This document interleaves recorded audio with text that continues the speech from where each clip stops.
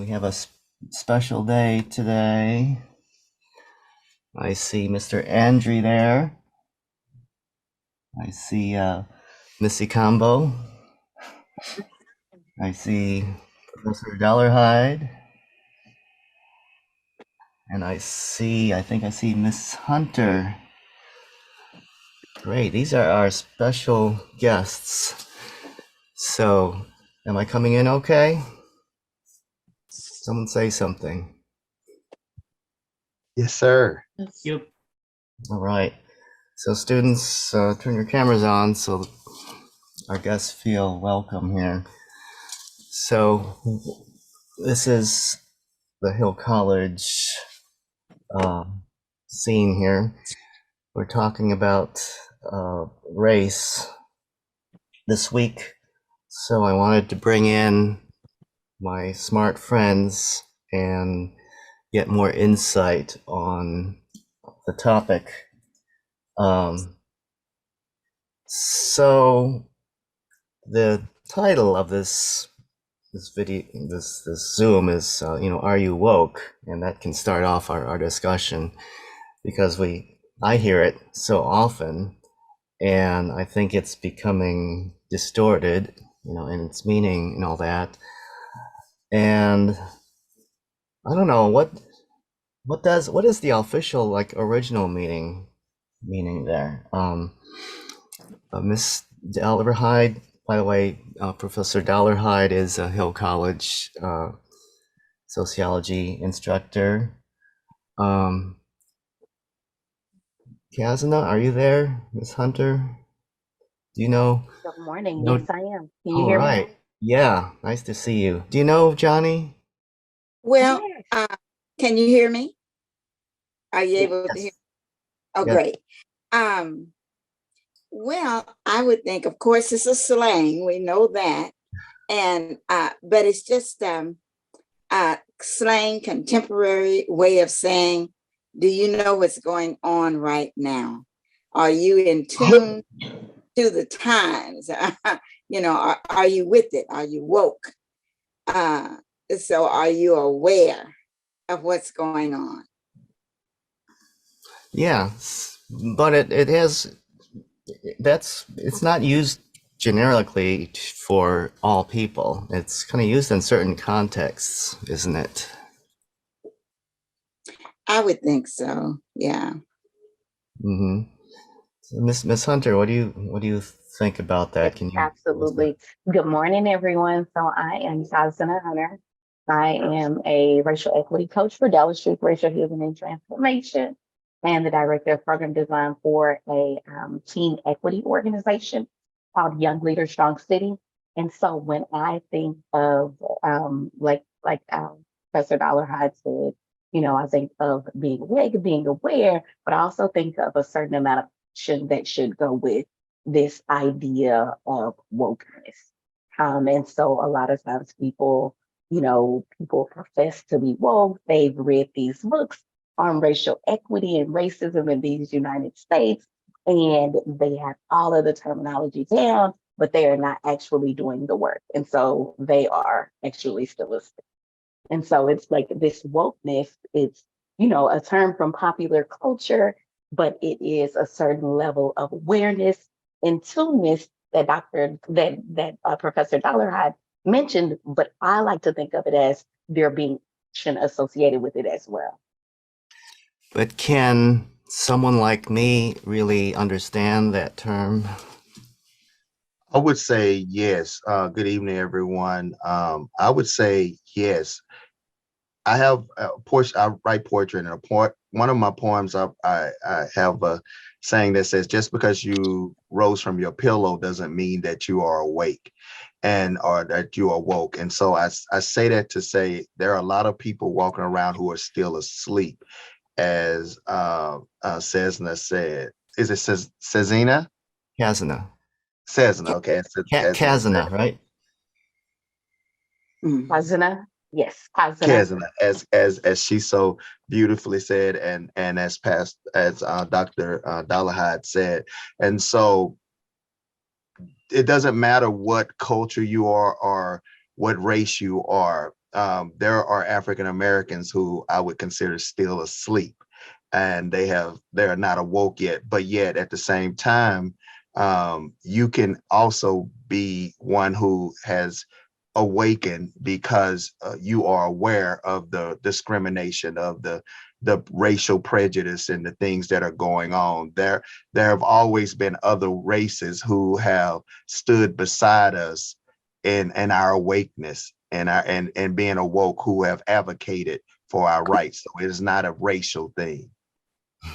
Yeah, by the way, I should have introduced everyone further. This is Mr. Christopher Andre. He is at Hill College, and he's a good ally to the class. And also, let me introduce you to Deli Akambo. And she is an activist, and she's also a Muslim. So there's many intersections there. So Deli, can you tell us a little bit about your background?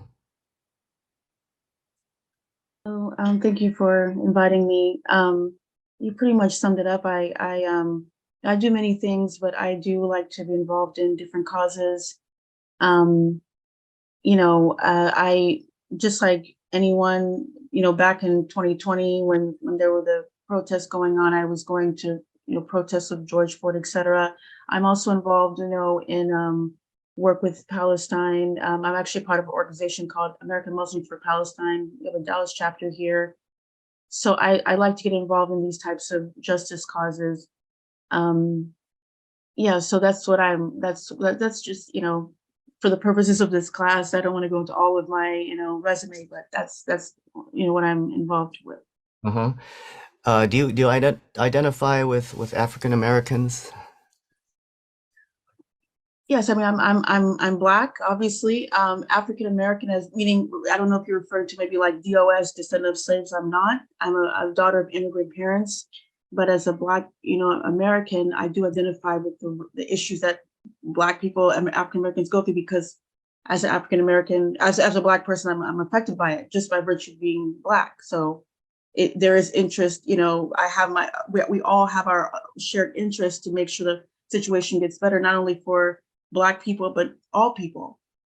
Because it's, one thing that has to be understood is that, I was listening to a lecture once, from a Muslim imam, and he African-American imam, who said that, and it was back when we were dealing with like really, and we still are, like rampant, Islamophobia. And he had actually a talk on Islamophobia, and he said that you have to realize that Islamophobia is a branch of the tree of white supremacy. Like, this is just another reiteration of what he was saying, as African Americans already experienced. We know what's going on. So for you to understand what you're experiencing right now, because now he's African American, but he's also a Muslim. He wanted the non-African American Muslims to understand this is what's happening. It's just another version of what we have been experiencing in this country for hundreds of years. So that's in that regard, as a Muslim, I understand what's going on. As a Black person, I understand what's going on. Like Mr. Andre said, it's, everyone has an interest because it's the same source, the same problem, which is white supremacy, which we have to call out. So. Yeah. Well, thanks for answering these intrusive questions. But I guess as sociologists today, we have license to ask stupid questions today. So thank you for that. So Ms. Stollerhide, what do you think students don't know about this term wokeness? Being aware. Well, it's so interesting. We both teach an intro to sociology class, and my students just did, excuse me, a video discussion, a blog, where they looked at this list of white privilege items that were given by Peggy McIntosh, maybe 15 or more years ago. And as I read the comments, it is really interesting how I wouldn't tell them. Hopefully they're not listening, but so many of them are still asleep. They many are saying, well, the privileges she mentioned, such as not being racially profiled by the police, not being followed in a store, a market, or something like that. They just can't seem to see that that is still occurring in this day and age. So many students are thinking, well, you know, nowadays everybody has the same privilege, and everybody can access the same benefits in society. So there is no such thing as one race having more privilege than the other race. And it just shows that we're still not quite ready to get away from the ethnocentrism that my way of doing it, my race, my culture, that's just the way it should be done. And if you're not doing it that way, then you are to blame for not having those privileges. It's not society. It's not the system. It's just you have the same rights as everybody else. And if you're not taking advantage of that, you are to blame. It is not what's going on in our. So to me, that's a form of still not being woke. It's a way of thinking, well, if it works for me, it ought to work for you. Just pull yourself up by your shoelaces, you know, and take advantage of all the things in society. So I think our students, in a way, are still not totally woke. And it could be the society that we're living in now grants all races many privileges, and it's easy to overlook all those things that disadvantage some races and Yeah. some groups. Yeah, the it's really hard to see the life of other groups, other people's, you know, lives, um, and to me that's understandable. But that's where we need to learn those kind of things. So, Miss Hunter, Miss Combo, Miss Yep, Angie. absolutely. I'll hop in. So I think it is a lack of understanding of systemic racism, institutional racism. It's a lack of understanding how racism is built into the fabric of our society. Um, you know, we are entrenched in a culture of white supremacy, and I think people that make comments like, "Oh, you need to just pull yourself up by the bootstraps," fail to understand racism and how it works within our society, how it is baked into every aspect, whether it's health, whether it's education, whether it's employment. If people fail to realize how it's baked into the system. And so when people make comments, oh, just pull yourself up by the bootstraps, or look at President Obama, or look at Oprah, look at how they were able to overcome these things. And so it's like when people use those examples, and when people blame individuals for circumstances, it's clear that they have no concept of racism and how it works. Yeah, Mr. Combo, Mr. Angie. I would like So- to add also that to piggyback, I understand that we have been allotted certain privileges and certain opportunities, but you have to put to an extent on that. You can't just say you have these privileges. You have these privileges to an extent. You have these opportunities to an extent. And if we cross that line that's been defined on how far we can enjoy those privileges of opportunities, then we become a problem to those who have allotted those opportunities. Take, for instance, the opportunity to be able to go to a police station if you feel harm or danger may be coming your way. But that line was crossed when Rasheem Carter went to the, for those that don't know who he is, he was a young man who went to the police station because he feared for his life. And the police told him that he could not stay there and that he had to go. And then he was brutally murdered. And this occurred because he could not remain at a place that should have been safe for him. So yes, we are provided privileges and opportunities, but they're not at the same level as those who are of maybe of the a different race. Yeah, Mr. Campbell, any comments? I just want to say that Martin Luther King actually, just saying, going to what Ms. Kazenza was saying, Martin Luther King called out the lack of economic justice, the economic justice that was needed in order for African Americans to achieve true equality. And the reason why, for example, it was said that that we don't really recognize systemic racism is because we also selectively recall his legacy. That yes, he was calling for equal rights, civil rights, which were achieved, better than what they had done. But there were also other elements to that. That was one piece, and then the second piece, moving quickly after that, was economic justice. And there are videos online that he's actually talking about that. And I think that's very important to point out. And also, I just want to give an example of a systemic racism. The differences, like we say that yes, African Americans have access, but one thing I learned recently, for example, in Massachusetts, the average net worth of a Black family is $8. The average net worth of a white family is $247,000. So, and as we know, it will take 100 years for African Americans to catch up to the wealth that white Americans have today. So this is the reality. I mean, you can talk about, yes, we all have opportunity, but you have to also address the reality on the ground.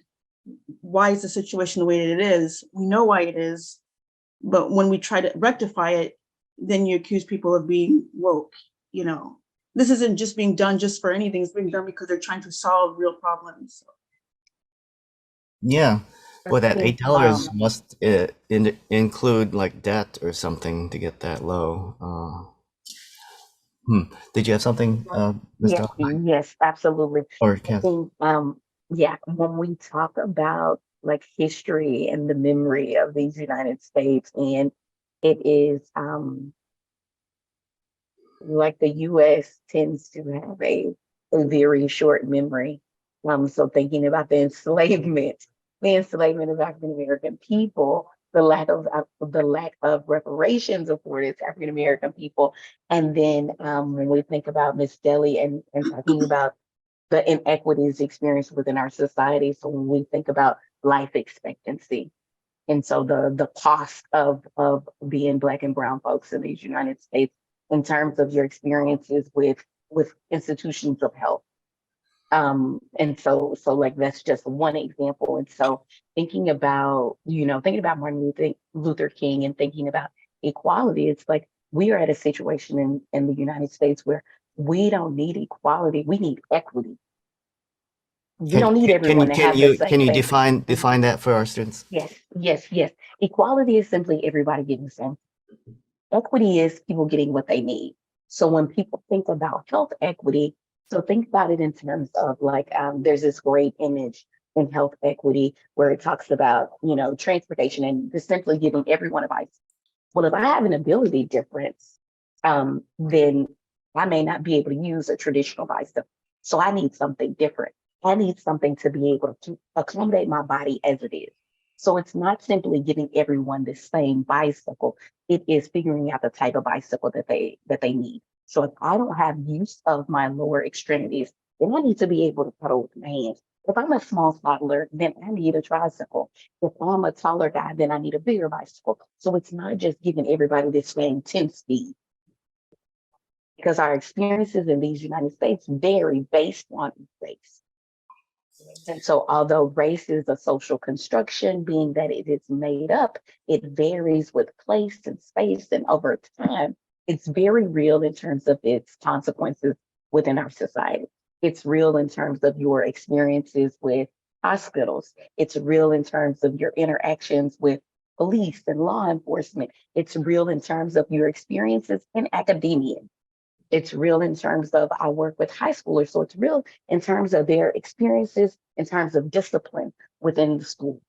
And so these outcomes that are different based on race. And so it's why we don't necessarily need equality, everyone getting the same thing. We need equity so that everyone gets exactly what they need for their situation. Yeah, you brought up institutional discrimination, which is, when you can't point a finger at someone discriminating at you, it's easy to pass it off as, well, no one's discriminating, and it's easy to hide the discrimination, built into the systems and policies and things like health and lifespan effects, that kind of thing. So actually, our talk today is actually illegal in some spaces, some places. Critical race theory, wokeness, this woke agenda. So I'm beginning to hear more about this woke agenda that is used in a negative term. Mr. Andre, have you heard kind of woke being used against African Americans or new policies? Yes, it's always seen as an agenda to bring down the establishment, to, sometimes it's used as it's an agenda to come against our Christian moral values of this country. And so it's become so politically put out there by different governmental officials to, in my opinion, to bring fear. Because if you can establish fear in people, then they may draw back from wanting to change. And that is how I see it. I see it as a tool of fear to keep the changes that are necessary to empower people from happening. Mm-hmm. My other guests, any comments on that? Or any comments on the illegalness of this? Absolutely. So, working with high school students, there have been, bans on books. And when Nicole Hannah Jones was here in Dallas and she did her talk at SMU, I think it was like during the literary festival, she talked about democracies do not ban books. And so we are in the process of, books are being banned from libraries. Working with students, it's like, okay, you can't use the term race, you can't use the term racism. And so it is the preventing of knowledge. And so it is like what do we do when we're faced with that in terms of the legalese of not being able to race, not being able to talk about different parts of students' identity, teachers not being able to talk about slavery and history, and truth telling, right? And so it is.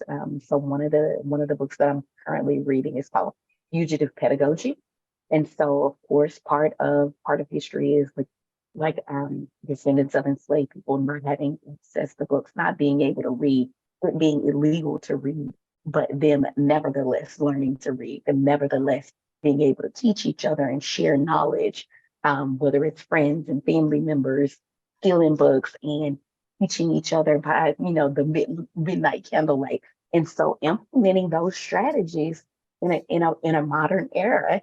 And I'm currently reading this book, Fugitive Pedagogy. I'm just getting started, but it's a wonderful read. Ms. Dollarhide? Well, that sounds interesting. Fugitive Pedagogy. I'll have to check that out. And I'll also have to admit, I'm not totally as aware of the woke agenda and all the details about it that I'd like to be, but I'm going to check more into that too.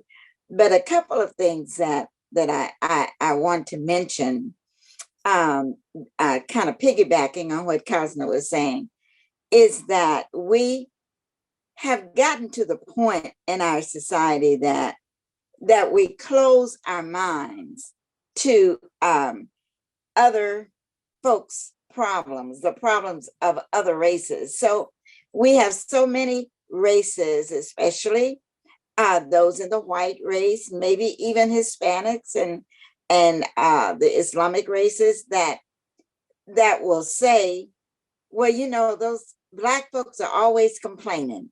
They've always got problems. They're always protesting. And so they began to close their minds to the real issues and the real problems, because it's not my problem.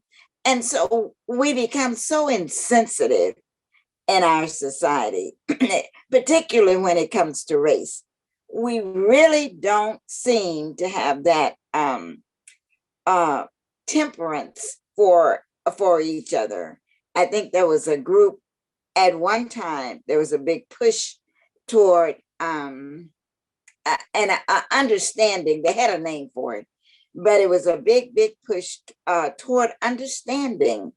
And that's what it's going to take, because I looked at it and I remember reading some of the comments from my students who actually says things like, well, it's like, well, Blacks have made strides in this society. You know, we elected that president, like Cosmo said. Now there's a Black woman who's vice president. But look at how long our country has been created, how long we've been a country. And here we're saying the first Black this, the first Black that, in this day and time. We need to look at that. That shows you there's been some discrepancies somewhere. But what we're doing, and this is my second point, it appears that many of those in those institutions that govern society would prefer to sweep it under the rug. So rather than allow critical race theory to be taught, they will just totally ban the idea legally that we're going to teach what we've been teaching all these many years, and what has not been in the textbooks won't be in the textbooks. And as Chris was saying, we manipulate that. So like the governor in Florida will say, well, we're not going to allow critical race theory because there's too much, it's a way of pushing the agenda for the LGBTQ LGBT. community. Yeah. It's a way of, and what does critical race theory have to do with that agenda? Those are two separate agendas. And yet to keep it from being taught, to keep from showing what happened to me in this country as a citizen of this country.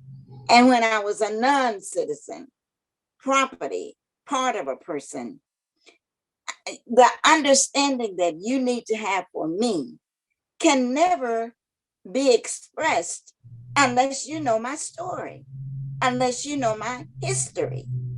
And so we're pushing things under the rug to push an agenda to keep racism alive.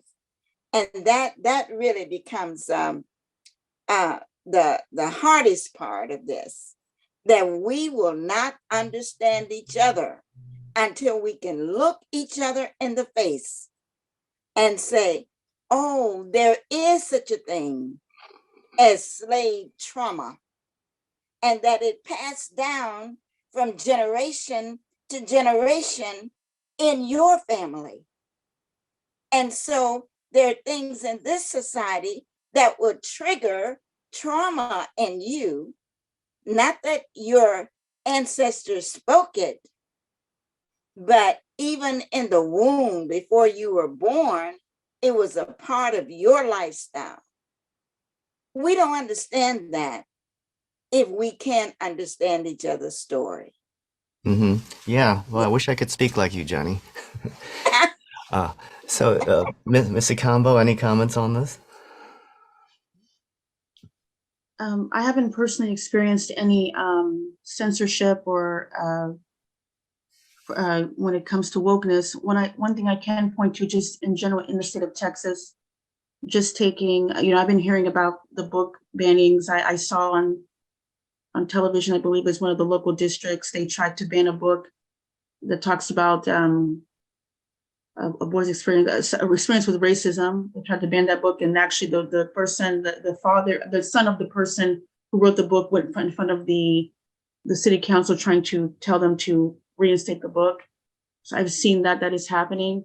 Another thing I have seen is that different from the African American issue, Palestine in the in the classroom, there have been the state board of education has tried to has had challenges to the current curriculum and how Palestine is taught, and there have been some students of Palestinian descent that have seen that the way that Palestinians in the situation is characterized is not correct. And so that's the issue. So definitely there is, like Dr. Dollard was saying, to sweep things under the rug, to not bring out the truth of what's going on, which is, starts with the African American issue and affects other issues as well. Even the characterization of slavery. I saw something like crazy. They were gonna call the term not slavery, but involuntary servitude or something like that. I can't believe in 2023 that is what they're actually trying to do. It's blatant. It's a blatant,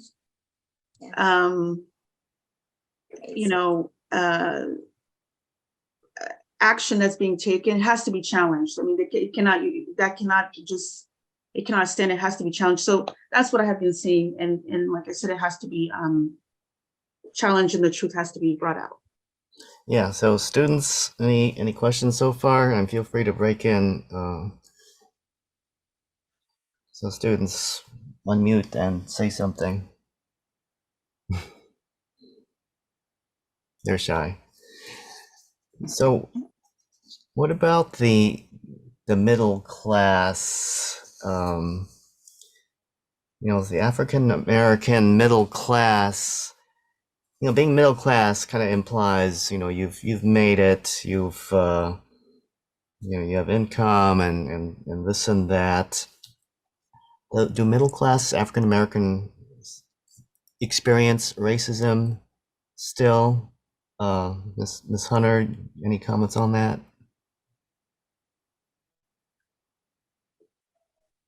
Frank, you gonna make me cuss. What was that? Oh, yeah. Yes. Yeah. Yes. Do middle class African Americans experience racism? Well, yes. It's clear. It's obvious. Yeah.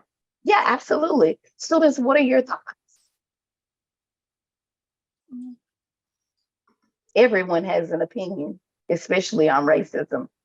Lucky, what are you thinking? And I saw. I got nothing. I got nothing. Lucky? Okay, Adriana, anything? Yeah, Shanna has his hand up. Okay, Jana. By the way, Shanna is deaf. She has an interpreter with her. Mhm. Turn your unmute your mic, Shanna. Are we good? Yeah. Got it. Yes. Okay.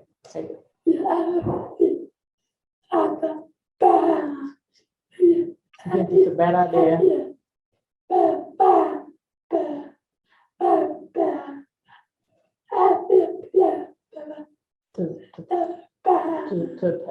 To pay black people $5 million. I think it's a bad idea.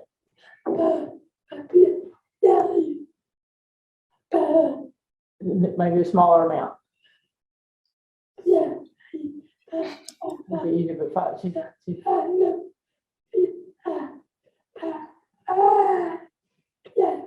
okay, to pay $5 million to all black people, she thinks that's too much money. Okay, so who is translating, please? What's your name? Margie Holder. Okay, can you Could speak? you come a little closer to the mic? I'm sorry, I couldn't hear you. Yeah. I'm gonna work on it a little bit. Can you repeat what you Thank said? you. Okay. She understands that in a reparation situation, she's read that black people were to be given $5 million. Every black person is to be given $5 million from the government. I'm not sure where that information came from. Yeah, you know the Japanese Americans only got 20,000. So what do you think, Kazuna? I would definitely, if people have an opportunity to read Nicole Hannah Jones's 1619, in her chapter, she basically goes through and explains like all of the options and why. Basically, she takes you through the entire journey and through a really robust discussion of reparations. And so I would definitely cite that as a source to visit. And of course, I don't know what the dollar amount would be, but the reality is there's not enough money in the world that can be a student. Yeah, you know, we need to back up a little bit, and the idea of reparations. So this is monetary compensation for, you know, harms in the past. Now, the Japanese Americans who were in the camps, the survivors, did get some money years later, and an apology and so forth, and then it's all, I guess, solved then. What's the idea behind reparations with African Americans? Maybe we should start with that rather than getting into dollar amounts. What's the general idea? Mm-hmm. The general idea is that it is payment for work unpaid. It is payment for the trauma of slavery. It is payment for the murder and brutalization of Black people in these United States. And there's no dollar amount you can put on a life. But when you talk about economics and you talk about, you know, dollar amounts, you got to talk about interest. And so it's like, what would those calculations be? So it is it's definitely something that in my opinion should be done. Ms. Dollarhide? Well, I think, Dr. Mike, that it still becomes an issue of stepping into my shoes. I just challenge Shanna and others to think about it like this, that in this country, Native Americans were mistreated, and they have been given money in Oklahoma, especially. They don't even have to pay to go to college. They have income that they can get from the casinos. The Japanese Americans were mistreated. They have been given some reparation, like Dr. Mike said. It wasn't that much, but it was some. But African Americans have not been given any reparations. And I think it's because we know in this country, in our hearts, all of us, that the cost would be so great that nothing has been done because we can't settle on the cost. But now, picture your family. If you had a family who was denied being able to pass down generational wealth to their own children, you couldn't buy a house. Those who had businesses, cities began to build interstates over where the business was. And therefore, even their businesses were went out of business. You have in this country people who were denied the right to learn to read and write. And yet they have got to, in this day and age, compete in the business world, compete in the political world. And they're coming from families that were denied the right to read and write. It's just not about the money. It's about my parents and their parents not being able to buy property that they could pass down to me. And I would already have that wealth. Instead, in this day and age, I've got to build wealth. I've got to build wealth to pass down to my children. And so that becomes the difference, not the money. It's what's been denied me because of privileges that were taken systemically and institutionally in this country. Yeah, so it's all the accumulated losses also, and also losses as far as healthcare today, and lifespan and child mortality and the whole works. Let me switch to Mr. Andrew. Any comments on this? As Ms. Hunter said, the only answer I really could give is yes. It's deserved. As Pastor Dollar had said, I mean, there's an interest involved, and I cannot put a definite number on what it would be, and how it should, if it would even be done, maybe through not the taxes or something where African Americans for several years don't have to have taxes, or they get certain credits for to start businesses. It is deserved. It's owed. It legally should be done, and the more people who understand, I mean, the injustices. I mean, we're not talking. I brought up Rasheem Carter. When I brought that up, his body was mutilated. They found him decapitated with his genitalia in his mouth, and it was told that a wild animal did this, but yet before he was missing, he said there were 3 truckloads of white men chasing him. We're not talking about Emmett Till, we're not talking about the 60s or the 70s or the 80s. We're talking about 2022. We're talking about a Shanquella Robinson who, was murdered in Mexico, and yet her death was,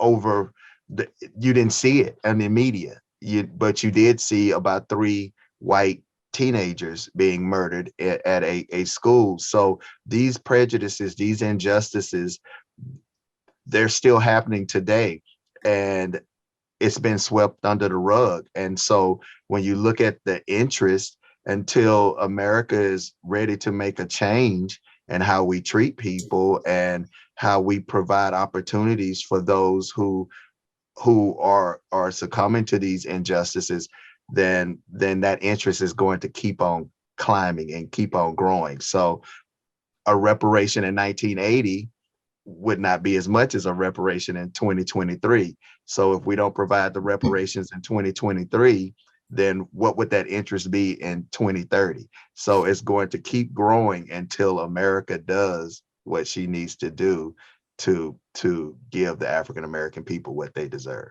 Yeah, so I appreciate the question, Shanna. It's really intimidating to ask questions, in this forum. Yes. But I'm glad these questions are being asked. That was a great question. Eddie, Wow. Eddie, did you have a comment? Do you want to comment, Eddie, our student?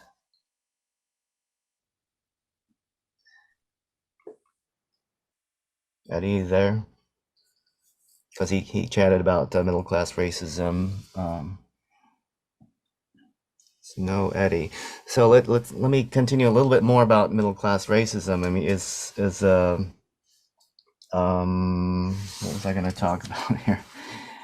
I did want to say something about that. I recently saw, been on the news that there are African American families who they try to get an appraisal of their home, and then when they call for the appraisal, they're giving a lower appraisal than it, if it would have been a white family. So that's, I think, an example of middle class racism. Even when you're trying to, have a home and eventually, pass on that wealth later, it's going to be less. So that's an example, I would say. Yeah, good point.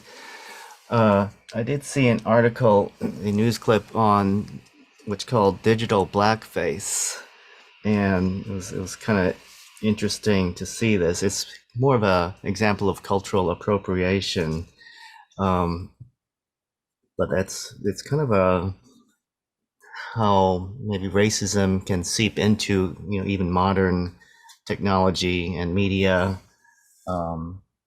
Anyone have any comments on It was, I love the fact that Missy Combo brought that up, because I was actually told by my realtor, and who is a friend of mine, that when I am ready to sell my home, that I need to take all the pictures down and my African art down, and make sure that I put either white pictures up or no pictures at all of white families, because that will help when my house to sell for more money. So what did you do? Well, I'm not ready to sell it yet, but when I am, I will definitely put generic white families up in my house. Oh, Because I know that is the only way, as a middle class African American man, that is the only way I'm going to get what I deserve from my house in this environment. And that's the sad truth. Yeah. So when we're talking about racism, often we keep referring to African Americans, but other people of color still fall into these issues. So Asians have had it better, I think, than other people of color, although there's still a subtle Asian, and also there's kind of a new wave of anti-Asian hate crimes, that kind of thing. Anyone have any comments on this topic? Of course, Missy Combo, there's the Muslim issue and those kind of things, but and also there's anti-immigrant issues. Anyone have any comments on this topic? Yes, I did want to point to what you're saying about Asian Americans and the fact that y'all have had it easier, quite frankly, because less racism has been inflicted on you or on Asians in general. And I even see this in the Muslim community, where you see, like, for example, we have a large number of South Asian people in our community. Okay, and I think sometimes they innocently ask. I've actually heard the question, why is it that African Americans don't, like, what's holding them back? Why is it that they're not, like, achieving like we are? Because they come here, they get good jobs in IT, they make like 6-figure salaries, they buy a home, in very, very expensive parts of different cities, and they don't understand why African Americans don't have the same thing when they've been here longer. And they don't understand the history of, like, they call it the model minority myth, where like, basically I'm just quickly, giving the definition, where Asian Americans have had less racism, they've experienced less racism as a way of sort of showing that they're the model minority, that, well, it's a form of white supremacy manipulation. Like, okay, if Asians are able to make it, why not African Americans? Why are you not making it? Because look, Asians are able to. And one thing that Asian Americans, and we try to influence in the Muslim community to our brothers and sisters in the Muslim community, is that you came to this country because African Americans and the sacrifices that they made in the 60s opened up the door for immigrants to come to the United States. So you have to understand that this is, that you have a vested interest in making sure African Americans have full freedom in the United States. It's something that it's not like we're here and you're here. It's all connected. So that's what I wanted to comment towards Asian American. And unfortunately, I mean, racism isn't just experienced from white to Black people. You also experience it from other races. That's just the reality. But those are it's muted in a way because the power structure in America is still you have a white supremacy. So those racial tensions, if you will, that might exist are not really don't have real societal implications yet, but right now, they do exist. So, I mean, that's just the human nature. Unfortunately, we have racism and arrogance in our hearts, and we have to solve that. Yeah, we need to look at the history of each social group, especially with immigrants coming from far away. Only the best and brightest can make it that far. So that's kind of a filter for that, and tons of other factors. So students, give me some comments, students. Eddie, are you there?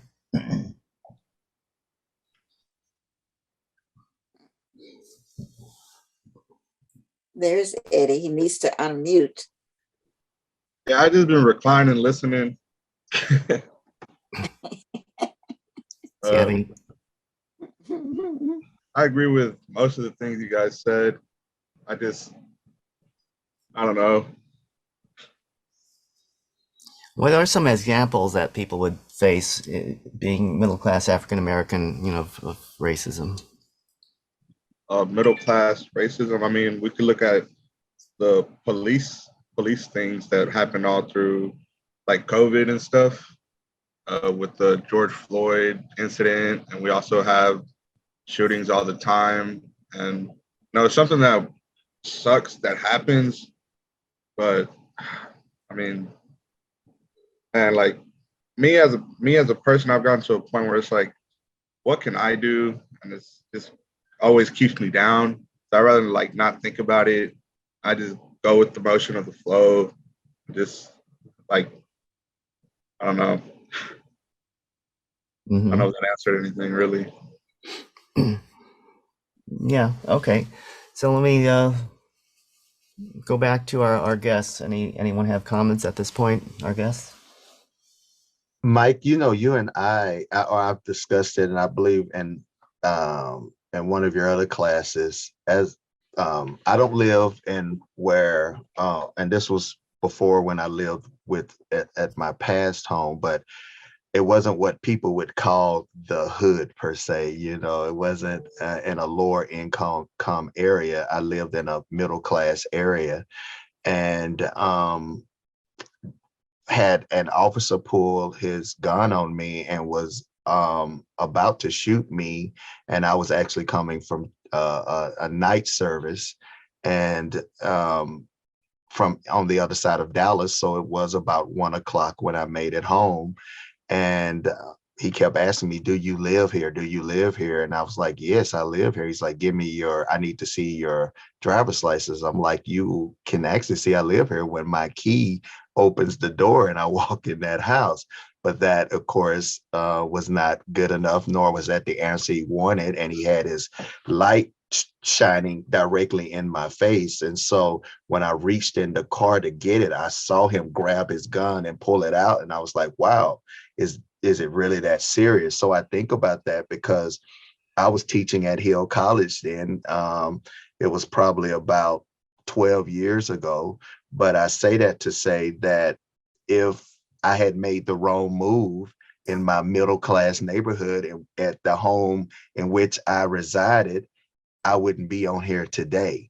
So yes, we still deal with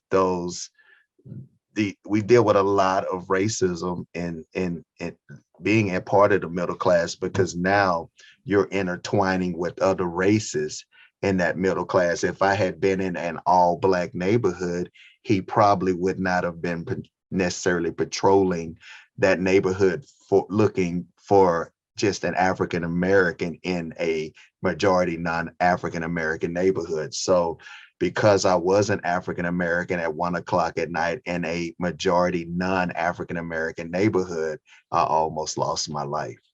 Yeah, and if he goes into your house and sees the pictures of white family, it's like, Well, that was all Black family pictures, and I was on half of them. So yeah. So, my panel, what do you think are white students or white?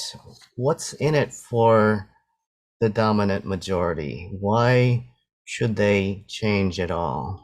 Why should they learn what we are trying to teach? Ms. Dollarhide? Well, Dr. Mike, I think the mere fact that the dominant majority, for the most part, have just tuned out. Many just not only can't relate, they don't want to relate to the plight of another race. It's like, it's not my problem. It becomes the issue. And so therefore things are going okay for me.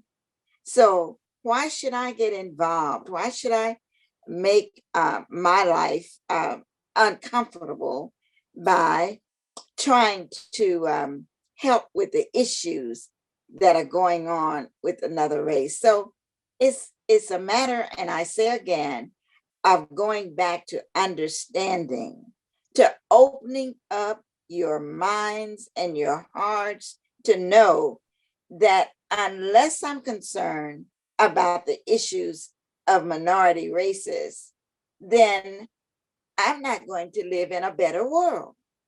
That the world will only get better when we began to know what has brought us to this point. Why are we still talking about race and racial issues in this day and time? Why is it still on the agenda? And have we just become numb to the issues?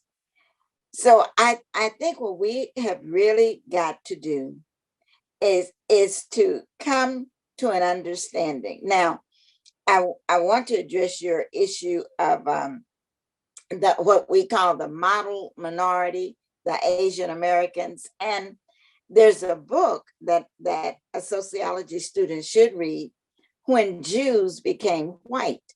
And it's all about politics. So in our country, we've taken the lighter skinned races and put them in a different category so we can still have what we call a majority group in our country. And so the lighter skinned races of people are more accepted, even including Hispanics. And then it's also done for census, that if you classify certain people as being white, then you've got a bigger group of whites when you do the census. So you can still say we're 68% white, or and then that brings about more governmental privileges. So we have to understand we're being manipulated, and we're manipulated by those that we elect as our politicians. And so that goes to the whole issue of voting. Is it important? You better believe it is, because our society is not going to get any better. We're not going to learn to, we don't have to love each other, but we do need to respect each other. You do need to understand I'm not treated the same way you are when I go into a place. Yeah, Yeah, I I need to. can't pass down, yeah. Let's see what Miss Hunter says. We got to wrap this up soon, so I'm going to try to fly through everyone else now. Miss Hunter, Yeah. any comments on that? I think she had to leave. She had to leave. Oh, okay. All right. Miss Ikambo? Yes, to your question, why is it important for the dominant culture to care? I just looked at the issue of voter suppression. Voter suppression is an issue that African Americans have dealt with before, is still doing with today. It's an issue they have always dealt with. But now I've seen the change. That, for example, in Texas, last legislature, we had voter suppression laws that were on the table and were eventually passed. And it's not just about Black people, it's about everyone now. You see clearly that because of 2020 election, et cetera, you see the voter suppression occurring. So it's like, if you don't solve the problems that minorities are facing, it will eventually affect everyone. Mm-hmm. Yeah. Mr. Andrew? I concur with everything that everybody said. I don't think I can add anything else to it. Thank you for this opportunity. Yeah, okay. Class, give me some comments.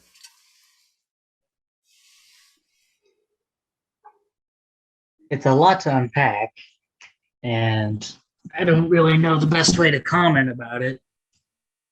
But it's kind of interesting just when we were remarking about how the media was hiding things. And it's true, because it's like some of the things I'll see are not going to be, a lot of that is going to be about what they want to portray and not necessarily what I need to see. So let me ask you, Kevin, like as a white person, I'll assume you're white, whatever that means. You wouldn't be wrong. Do you think it's harder for you to see lives of African Americans? In which way? Like, as in how I can understand them, or what I see of them? Do they have a valid point? Are they really suffering? Are they Oh, absolutely. Mhm. There are injustices done, and they've been done, and they continue to be done. Unfortunately, I'm just one of millions, so I currently don't see a way that I can really help as much as I wish I could help. Mhm.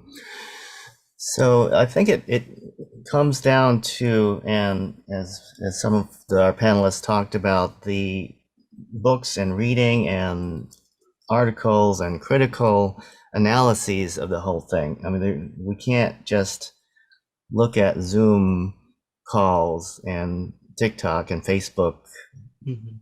things to learn about this kind of thing. We need to read some fully researched things here. So I'm going to wrap this up because I only wanted our panelists to be here for an hour. So Ms. Ikambo, any closing words?